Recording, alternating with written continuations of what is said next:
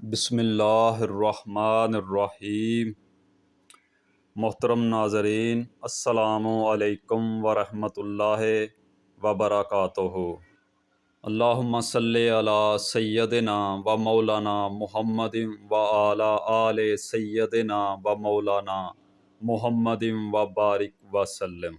سلسلہ تعلیمات اسلام، طہارت اور نماز، سوالات اور جوابات کا سلسلہ جاری ہے۔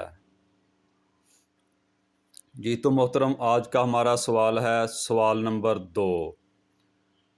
طہارت کی کتنی اقسام ہیں؟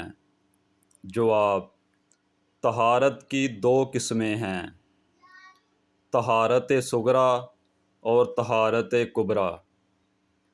طہارت صغریٰ سے مراد وضو ہے، جبکہ طہارت کبریٰ سے مراد غسل ہے۔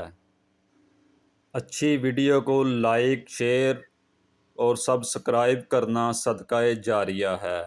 جزاک اللہ خیرا۔ السلام علیکم ورحمۃ اللہ وبرکاتہ۔